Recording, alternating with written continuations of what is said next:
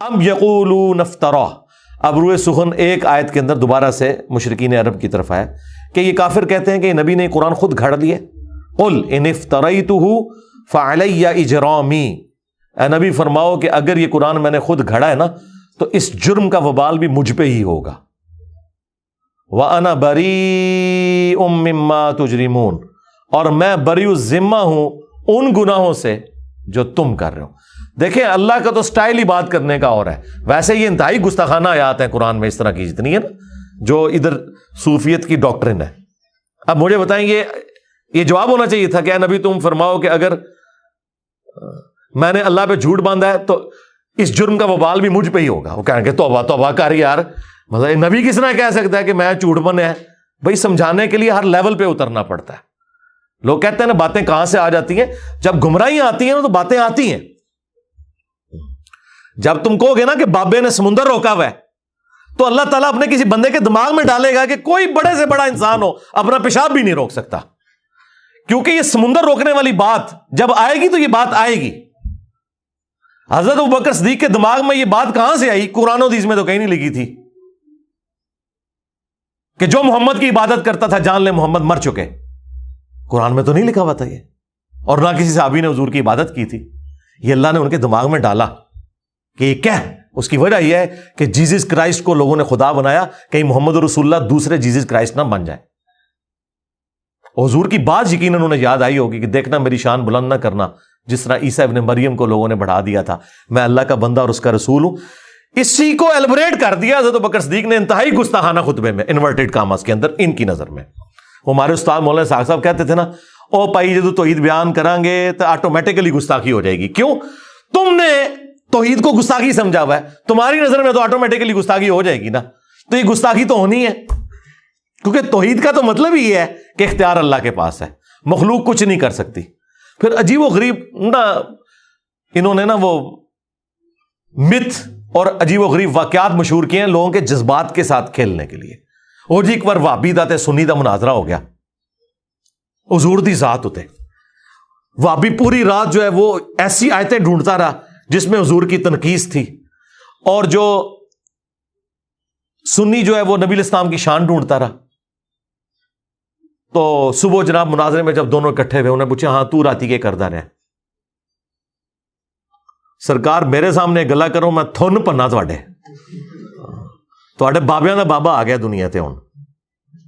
ٹھیک ہے, میں انہوں دساں کہ میں ابوبکر صدیق دا خطبہ ڈھونڈتا رہا تے منوں پتہ لگے کہ میں ابوبکر آر نبی نو مننا وا یا ابو جہل آر مننا. تو دس ابو جہل تو کینوں ڈھونڈتا رہا قرآن چو کے کڈدا رہا, اور نبی کی شانیں جو تم قرآن سے نکال رہے ہو ان شانوں سے کس کو انکار ہے؟ کیا نبی کی شان کا مطلب یہ ہے کہ نبی خدا کا بیٹا بن جائے گا؟ عیسیٰ ابن مریم جیسی شان قرآن میں کسی کی نہیں آئی ہے, کسی پیغمبر کی نہیں. لیکن اللہ نے کہا کہ اگر اللہ ارادہ کرے عیسیٰ کو, ان کی ماں کو, سب کو ہلاک کر دے, اللہ کا کوئی کیا بگاڑ لے گا؟ عیسیٰ اور ان کی ماں روٹی کھانے کے محتاج تھے, وہ نہ تو کسی کے نفع کے مالک تھے نہ کسی کے نقصان کے. یہ اس شخص کے بارے میں آ رہا ہے جس کو کہا اللہ نے وجیہن فی الدنیا والآخرہ ومن المقربین, اور معجزات ایسے جو کسی پیغمبر کو نہیں دیے گئے. مردوں کو زندہ کرنا اللہ کے اذن سے, مٹی کی مورت بنا کے پھونک مارنا اور اس کا پرندہ بن جانا, یہ معجزہ کسی پیغمبر کو نہیں دیا گیا, کسی پیغمبر کو. لیکن سینٹرڈ کر کے انہی کو اللہ تعالیٰ نے سامنے رکھا کہ یہ فرق ہے بھائی انبیاء میں اور خدا میں. پھر اسی طریقے سے چیزیں بیان ہوتی ہیں. وہ جی پھر مناظرے سے پہلے جب پوچھا تو وابی نے کہا ہاں جی میں تو یہی آیتاں لبدا رہا. تو انہوں نے کہا بس دیکھ لے کون نبی دی شان ڈھونڈتا ہے تو کون تنقیص ڈھونڈتا ہے. اگر کسی کا یہ عقیدہ ہے کہ توحید بیان کرنے سے نبی کی تنقیص ہوتی ہے تو یہ بلیم وہ کسے دے رہا ہے؟ اللہ کو.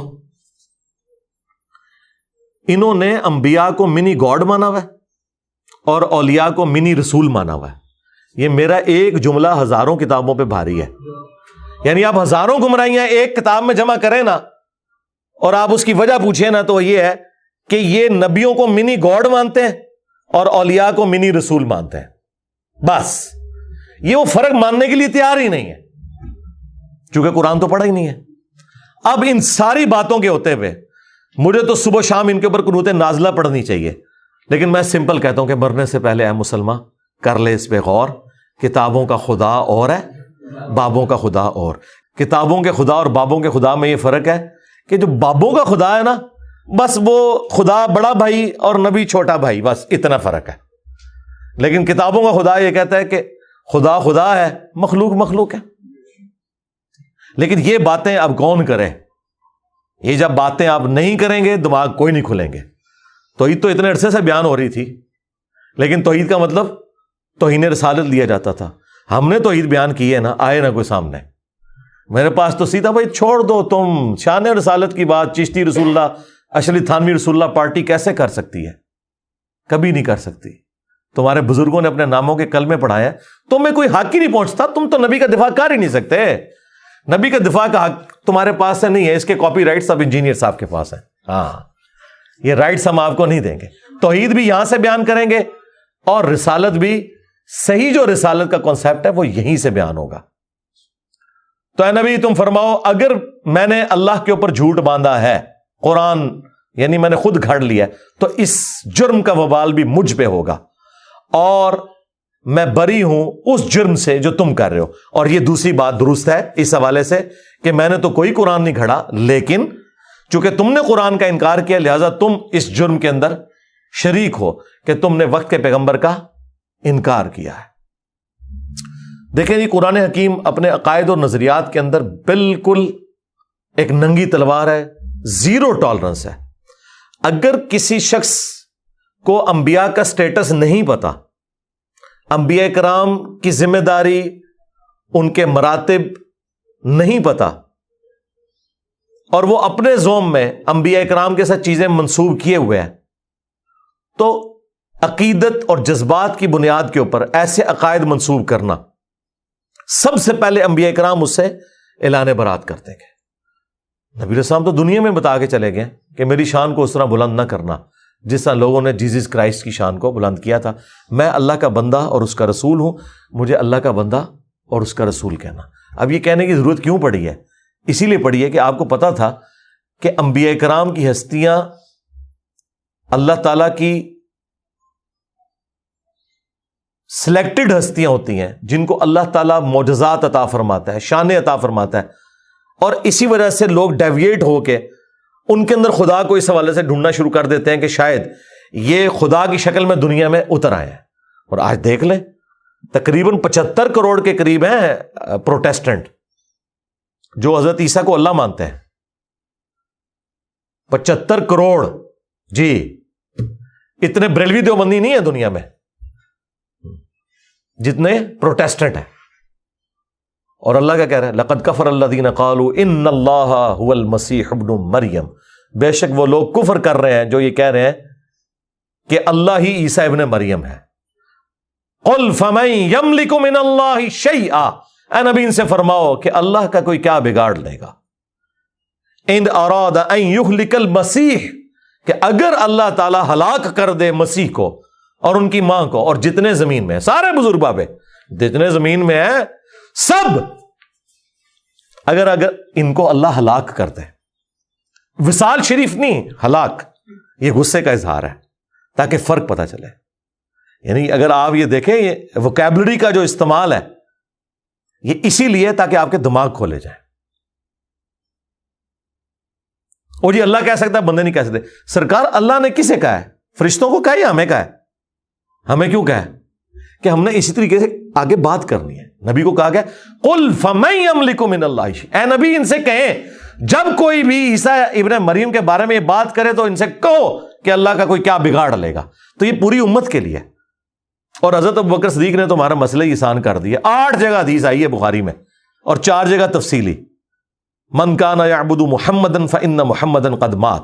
دیکھو جو بھی تم میں محمد کی عبادت کرتا تھا جان لے کہ وہ مر چکے. اللہ اکبر. وصال شریف نہیں، شہید شریف نہیں، وفا شریف نہیں، فإن محمدًا قد مات. ومن يعبد اللہ، اور جو کوئی اللہ کی عبادت کرتا تھا وہ جان لے فإن اللہ حی لا يموت، کہ بے شک اللہ تعالیٰ زندہ ہے، اسے کبھی موت نہیں آئے گی. تو یہ بات یاد رکھیں، یہ بڑا سینسٹیو ایشو ہے. اور یہ انبیاء کرام کی جو دعوت سینٹرڈ اراؤنڈ توحید ہوتی ہے وہ اسی وجہ سے ہے کہ انہیں پتہ ہے کہ اللہ کا کیا سٹیٹس ہے اور بندوں کا کیا سٹیٹس ہے. اگر خدا کا تعارف کسی کو ہے نا وہ جرت نہیں کر سکتا. مجھے بتائیں ایک عام انسان جس میں تھوڑا سا ایمان ہے, کیا وہ اپنی عبادت کروا سکتا ہے؟ کیا وہ اپنے سامنے کسی کو جھکا سکتا ہے؟ کیا وہ یہ دعویٰ کر سکتا ہے کہ سارے بزرگوں کی گردنوں پہ میرا پاؤں ہے؟ ہاں, تو یہ قصیدہ غوثیہ میں پڑھتے ہیں, گولڈا شریف ہر جمعے کو پڑھا جاتا ہے, لوگ کھڑے ہو کے شوق سے پڑھتے ہیں, سبحان اللہ بھی کہتے ہیں سننے والے. اور دوسری طرف یہ کہتے ہیں کہ جی اللہ کا جتنا کوئی بڑا بندہ ہوتا ہے اس میں اتنی عاجزی پائی جاتی ہے. میں نے تو پلانٹ ارتھ پہ اتنا تکبر نہیں دیکھا کہ کوئی شخص یہ کلیم کرے کہ تمام اولیاء کی گردن پہ میرا پاؤں ہے. کتنا بڑا جملہ ہے یہ. تو حضرت ابوبکر, عمر, عثمان و علی نے کبھی صحابہ کے بارے میں نہیں بولا. تو یہ کہتے ہیں کہ عبد القادر جیلانی نے فرمایا. ہم کہتے ہیں اگر انہوں نے کہا ہے تو وہ قرآن و سنت کے تو بالکل خلاف ہے, اور اگر انہوں نے نہیں کہا تو بری ہیں. نہ ہم ان کی طرف سے جھوٹا دفاع کرتے ہیں کہ انہوں نے نہیں کہا ہوگا. پہلے ہم کسی زمانے میں کرتے تھے, اب مجھے کسی سے کوئی ہمدردی نہیں. سیدھی سی بات ہے, اللہ سے ڈر لگتا ہے کہیں ان میں سے کسی نے کام ڈالا ہو تو اللہ تعالیٰ منو کہ تو ادھر بڑھ گیا سائے تنو کیڑی چیز مجبور کرتی سی. دیکھیں ہمیں جو چیز مجبور کرتی ہے نا دفاع کرنے پہ, وہ ان ہستیوں کا دفاع ہے جن کے پیچھے قرآن و سنت کھڑے میں, یعنی صحابہ اہل بیت, انبیاء کرام. ان کے بعد ہمیں نہیں پتا کہ کس نے کام ڈالا ہے اور کس نے واقعی دین کی خدمت کی ہے. ٹھیک ہے, کیونکہ کئی لوگ جن کو ہم اچھا سمجھتے تھے ہمیں اتھینٹک نالج سے پتا چلا کہ انہوں نے بھی کام ڈالا ہے. یعنی یہ جو پچھلے 100 سال کے اندر ہے ان کی تو قلم کی سیاہی بھی نہیں ابھی خشک ہوئی بھی ہے. تو بات یہ کہ اللہ سے ڈر جائیں, قرآن و سنت پہ آ جائیں. وہ غامدی صاحب سے کسی نے پوچھا نا کہ جی وہ قرآن میں تو لکھا ہے تو وہ فلاں بزرگ یہ کہہ گئے. انہوں نے کہا جی اللہ تعالیٰ مجھ سے یہ نہیں پوچھے گا کہ فلاں بزرگ یہ کہہ کے گئے تھے تو نے کیوں نہیں مانا. اللہ مجھ سے یہ پوچھے گا کہ قرآن میں یہ لکھا ہوا تھا, جو قرآن تیرے پاس آیا تھا تو نے اس کو مانا تھا کہ نہیں. اب مجھے بتائیں میرے پاس قرآن آیا تو میں یہ کہوں گا کہ فلاں نے یہ کہا ہوا ہے, میں تو اس کا پابند ہوں. جب اللہ میرے پاس آیا ہوا ہے, قرآن آنے کا مطلب ہے اللہ آ گیا, سنت آنے کا مطلب یہ ہے کہ نبی علیہ السلام خود آئے ہیں میرے پاس. ان کے ہوتے ہوئے میں نے کسی بزرگ کے قول کے ساتھ مجھے کوئی ہمدردی ہے یا میں نے مطلب ان کی بزرگی بچانے کی خاطر ان کے باطل عقائد و نظریات کا کوئی دفاع کرنا ہے, نہیں. اصل چیز میں نے اس رکوع کے اوپر اتنا ٹائم اس لیے لگایا کہ تاکہ آپ کو پتا چلے کہ انبیاء کرام کے بارے میں عقیدہ کیا ہونا چاہیے. سورۃ الانبیاء پڑھیں, بندہ حیران ہو جاتا ہے. وہ سورت کا نام ہے انبیاء. عام بندوں سے پوچھیں جنہوں نے نہیں پڑھی وہ کہیں گے جو نبیوں دی شانہ بیان ہوئی ہیں. حالانکہ انبیاء جو سورۃ الانبیاء ہے اس میں اللہ تعالیٰ نے بتایا کہ انبیاء کا سٹیٹس کیا ہے, انہوں نے کیا کام کیا, اور نبی میں اور اللہ میں فرق کیا ہے. پورے قرآن میں جو انبیاء کرام کے حوالے سے چیزیں ڈسکس ہوئی ہیں وہ یہی ہوئی ہیں کہ یہ اللہ کے اتنے برگزیدہ بندے تھے کہ یہ اللہ کی طرف اورینٹڈ ہوتے تھے, ہر معاملہ اللہ کے سپرد کرتے تھے, اللہ سے مانگتے تھے, اسی سے دعائیں کرتے تھے, اسی سے اپنے عقیدے وابستہ رکھتے تھے. یا یہ بیان ہوا ہے کہ جو انبیاء کے بارے میں ایسا عقیدہ رکھتے ہو ایسا عقیدہ ان کے بارے میں نہیں رکھ سکتے. انبیاء کرام جو ہیں وہ اللہ تبارک و تعالیٰ کی توحید کے معاملے میں کوئی کمپیریزن ہی نہیں ہے, وہ مخلوق ہیں, وہ خالق ہے. یہ دو چیزیں بیان ہوئی ہیں. اس لیے میں نے پچھلے دنوں ایک تفصیلی ویڈیو ریکارڈ کروا دی ہے, شیطانی توحید, شیطانی بابوں کا فتنہ. یہ شیطانی توحید ہے جس میں آپ انبیاء کرام کو, اولیاء کو اللہ کے مقابلے پر لے آتے ہیں. اور رحمانی توحید یہ ہے کہ انبیاء اور اولیاء بھی اللہ سے مانگتے تھے, تم نے بھی اللہ ہی سے مانگنا ہے.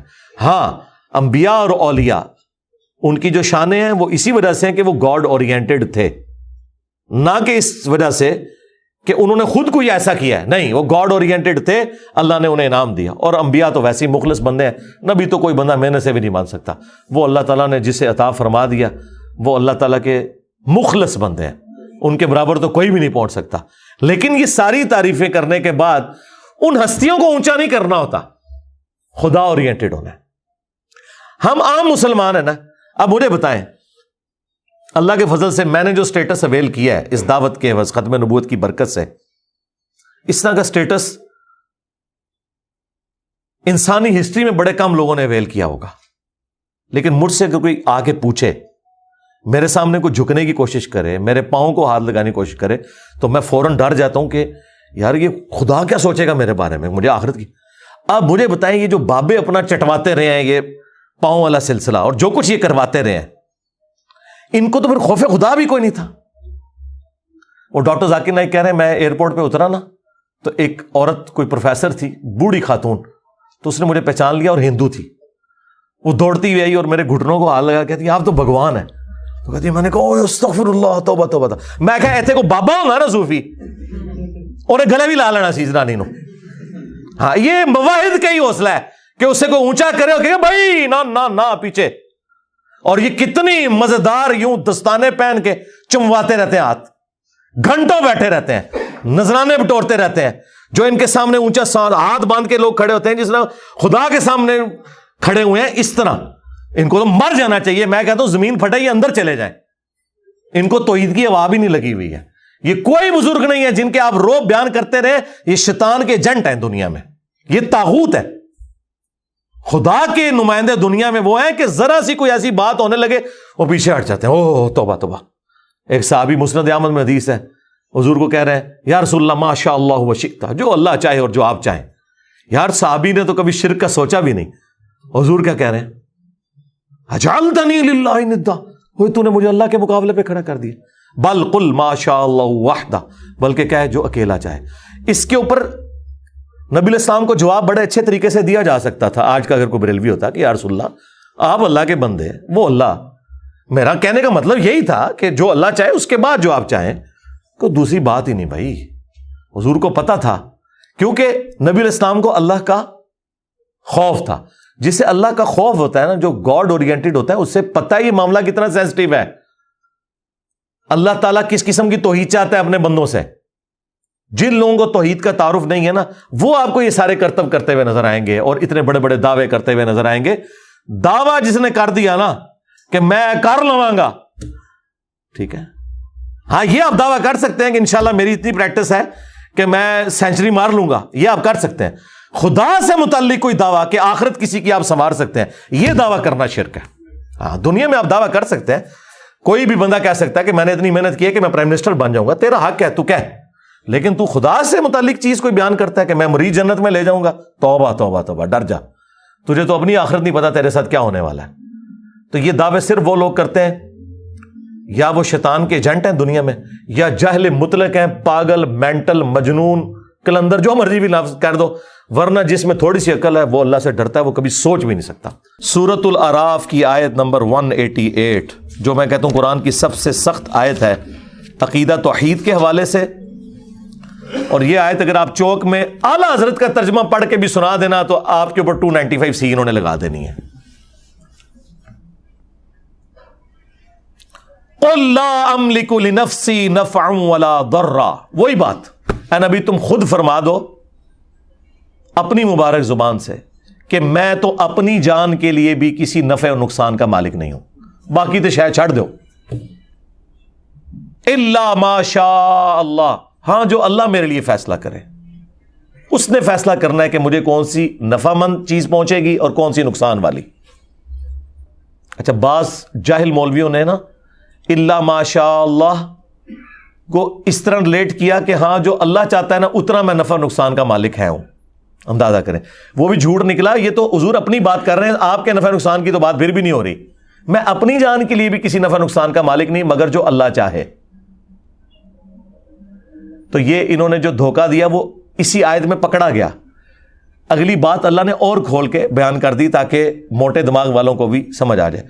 وَلَوْ كُنْتُ أَعْلَمُ الْغَيْبِ, اگر میں خود سے غیب کو جان لیتا, لَاسْتَكْثَرْتُ مِنَ الْخَيْرِ, تو میں خیر کثیر جمع کر لیتا.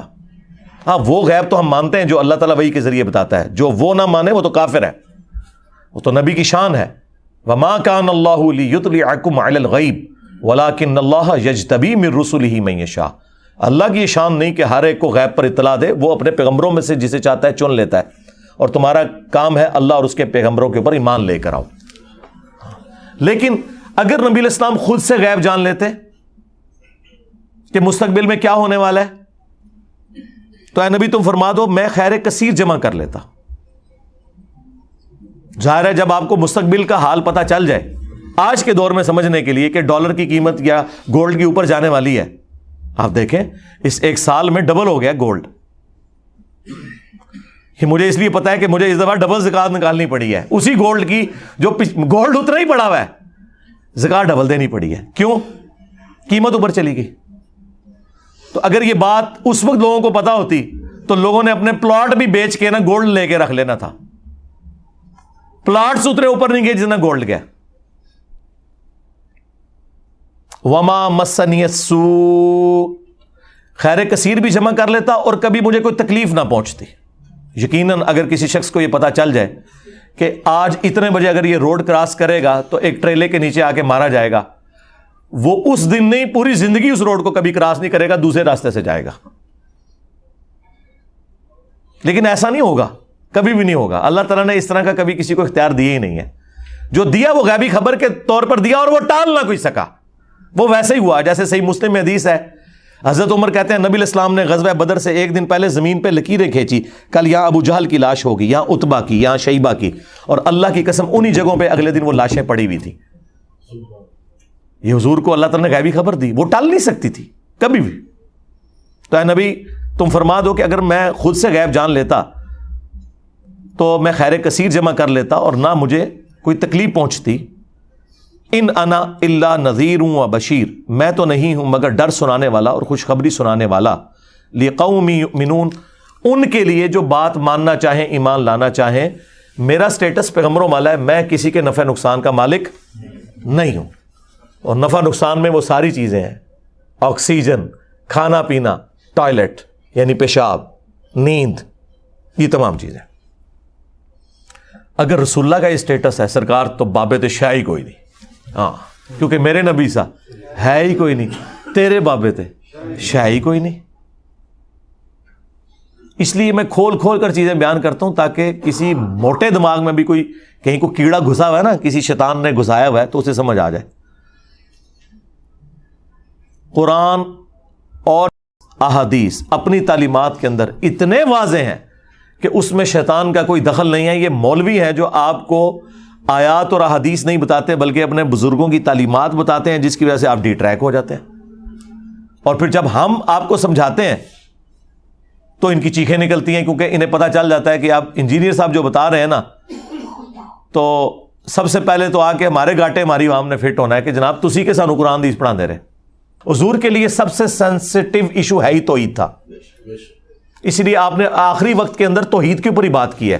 بخاری مسلم دونوں میں حدیث ہے، اما عائشہ سلام اللہ علیہا کہتی ہیں کہ نبی علیہ السلام کے آخری دن بیماری کے چل رہے تھے، آپ تکلیف کی وجہ سے بار بار اپنی چادر اپنے چہرے مبارک سے ہٹاتے، پاس ایک پانی کا برتن تھا اس سے ہاتھ گیلا کر کے بخار کو ٹھنڈا کرنے کی کوشش کرتے، اور بار بار یہ کہتے لعن اللہ الیہود والنصارى اتخذوا قبور انبیائہم مساجدا، اللہ کی لعنت ہو یہود و نصارہ کے اوپر، انہوں نے اپنے نبیوں کی قبروں کو سجدہ گاہ بنا لیا تھا. آخری وقت کیا بات ہو رہی ہے کہ نبیوں کو اللہ کے مقابلے پہ کھڑا نہ کر لیا جائے. اور اما عائشہ کہتی ہیں رسول اللہ ہمیں ڈرا رہے تھے، اور اگر یہ خدشہ نہ ہوتا کہ لوگ رسول اللہ کی قبر پہ سجدے شروع کر دیں گے تو میں حضور کی بیوی ان کی قبر مبارک کو لوگوں کی زیارت کے لیے اوپن چھوڑ دیتی، یعنی حجرے کی دیوار گرا دی جاتی، جو چاہے جس وقت چاہے قبر رسول پہ حاضر ہو. حجرے کی دیوار نہیں اما عائشہ نے گرائی، آج تک نہیں گری اللہ کے فضل سے. آج بھی وہ خیر اب تو بہت پیچھے جا چکی ہے، اب جالیاں اس کے آگے. اما عائشہ کو تو کسی نے نہیں کہا کہ حضور نے کہا تھا مجھے تو تم سے شرک کا خدشہ ہی نہیں ہے، تو آپ آخری وقت میں اس کو شرک سے کیوں ریلیٹ کر رہی ہیں؟ اس زمانے میں کہانیاں نہیں ہوتی تھی. وہ آپ میری ویڈیو دیکھیں، مجھے تم سے شرک کا خوف نہیں. وہ حضور نے اسپیسیفکلی صحابہ کرام کے بارے میں کہا تھا، اور صحابہ کے پیٹرن پہ صرف ایک جماعت قیامت تک شرک سے محفوظ رہے گی، یہ میں مانتا ہوں. ایک جماعت، جس طرح کہ بنی اسرائیل پوری کی پوری گمراہ ہو گئی، یہ امت پوری گمراہ نہیں ہوگی. اس لیے حضور نے کہا تھا مجھے اپنی امت سے شرک کا خوف نہیں کہ یہ ساری مشرک ہو جائے. باقی وہ ویڈیو آپ دیکھ لیں. حضور تو صحیح بخاری میں ہے، حضرت عمر کہتے ہیں میں نے ممبر پہ حضور سے خود سنا ہے کہ دیکھنا میری شان کو اس طرح بلند نہ کرنا جس طرح نصارہ نے اپنے پیغمبر کو بڑھا دیا تھا، عیسیٰ ابن مریم کو. میں اللہ کا بندہ اور اس کا رسول ہوں، مجھے اللہ کا بندہ اور اس کا رسول ہی کہنا. اور پھر ایک اور حدیث بخاری مسلم دونوں میں، حضور کے بیماری کے دن آخری چل رہے ہیں، حضور کی 3 بیویاں حضور کے پاس بیٹھی ہوئی ہیں. ظاہر ہے سب سے ایک کلوز رشتہ اس حوالے سے، اور پھر یہ بھی آزمائش کہ وہ حضور کی وفات کے بعد کوئی اور خامن بھی چوز نہیں کر سکتی. یہ کتنی بڑی آزمائش ہے. مرتبہ امہات المومنین کو ویسے نہیں مل گیا.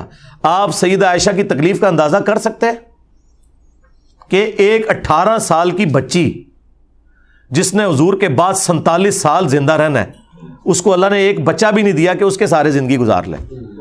اکیلا وہ 47 سال کا سفر انہوں نے اس حجرے میں کیا ہے.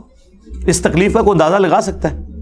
اہم ہی نہیں اتنا بڑا مرتبہ. عمار ابن یاسر جو ہے وہ کوفے کے ممبر پہ کہہ رہے کہ لوگوں، عائشہ دنیا اور آخرت میں تمہارے نبی کی بیوی ہیں. مرتبہ نہیں کم ہو سکتا، اگرچہ انہوں نے خلیفہ وقت کے خلاف خروج کیا، مرتبہ نہیں کم ہوا، لیکن اللہ تمہیں آزما رہا ہے کہ عائشہ کی اطاعت کرتے ہو یا اللہ کی اطاعت کرتے ہو حضرت علی کا ساتھ دے کر، کیونکہ وہ اولی الامر منکم وہ ہیں.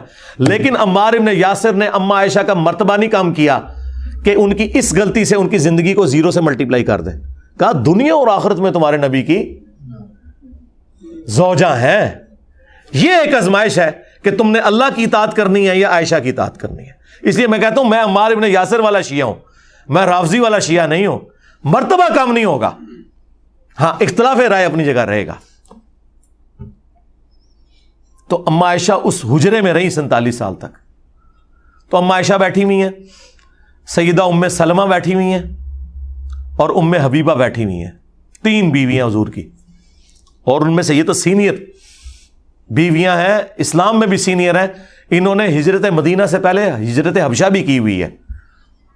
تو وہ ہجرت حبشہ کا ذکر کرتے ہوئے کہتی ہیں ام حبیبہ اور ام سلمہ کہ یاد ہے کہ جب ہم وہاں سے گزرے تھے ہم نے ایک ماریا نام کا گرجا دیکھا تھا جس میں کچھ قبریں بھی تھیں اور تصویریں بھی لٹکی ہوئی تھی. حضور نے بس یہ بات سنی، آپ تکلیف کے عالم میں اٹھ کے بیٹھ گئے. توحید is the most sensitive issue in the sight of اللہ اینڈ ہز بیلوڈ پروفٹ صلی اللہ علیہ وآلہ وسلم. کہا یہی تو ان میں خرابی تھی، جب ان کا کوئی نیک بندہ یا پیغمبر فوت ہو جاتا تھا اس کی قبر کے اوپر سجدے شروع کر دیتے تھے، تصویریں لٹکا لیتے تھے. قیامت کے دن یہ بدترین مخلوق بنا کر اٹھائے جائیں گے. اللہ اکبر. اور حضور نے پہلے ہی ڈرا دیا کہ یہ کام تم نے نہیں کرنا. اور مسلم شریف میں حدیث ہے، جندب رضی اللہ تعالیٰ عنہ کہتے ہیں حضور نے اپنی وفات سے 5 دن پہلے یہ بات کہی اور میں نے خود سنی کہ دیکھنا اگلے لوگوں میں جب ان کا کوئی پیغمبر یا نیک آدمی فوت ہو جاتا تھا وہ اس کی قبر پہ سجدے شروع کر دیتے تھے. تم نے یہ کام نہیں کرنا میرے ساتھ. میں کہتا ہوں کس لیول پہ اتر کے آپ کے پیغمبر نے آپ کو سمجھایا ہے. حریص علیکم بالمؤمنین رؤوف الرحیم.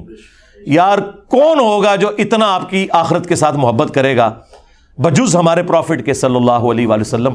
مسند احمد کی حدیث ہے، نبی علیہ السلام نے فرمایا اللہم لا تجعل قبری وثنا یعبد. اے اللہ میری قبر کو وہ بت نہ بنا دینا کہ لوگ اس کی پرستش شروع کرتے ہیں. اپنی قبر کو بت کہہ دیا. وہ قبر جو ہمیں ہمارے ماں باپ اولاد سب لوگوں سے بڑھ کر عزیز ہے، جس قبر کی حاضری اس پلانٹ ارتھ کی سب سے بڑی نفلی عبادت ہے، اس قبر کو بھی کہہ دیا کہ یہ بت ہوگا اگر اللہ کے مقابلے پر اس پہ بھی سجدے شروع ہو جائیں گے. اور تواڈے بابے دے مزار تے شاہی کوئی نہیں، لے جاؤ تم بابے اپنے. جس قبر کی عظمت تھی اس کا سٹیٹس کلیئر کر دیا ہے، اللہ میری قبر کو بت نہ بننے دینا کہ لوگ پوجا کریں. نبی کا تو کوئی قصور نہیں، لیکن حضور خود اپنی قبر کے بارے میں کہہ رہے ہیں کہ اسے بت نہ بنانا.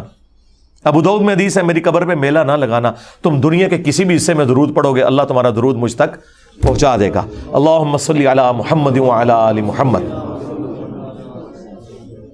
درود کے لیے بھی میلہ نہیں لگانا، تمہارا درود میرے تک پہنچ جائے گا. سلام عرض کرو اور نکل جاؤ آگے، میلہ نہ لگانا. وہ 4 کتابوں میں، الموطا امام مالک میں، فضل الصلاۃ علی النبی میں، المصنف ابن ابی شیبہ اور سنن کبریٰ البیہقی میں، کہ عبداللہ بن عمر جب بھی مدینہ شریف سے نکلتے سفر کے لیے یا واپس آتے ان کی روٹین تھی کہ مسجد نبوی میں 2 نفل پڑھتے، قبر رسول پر آ کر عرض کرتے السلام علیک یا رسول اللہ.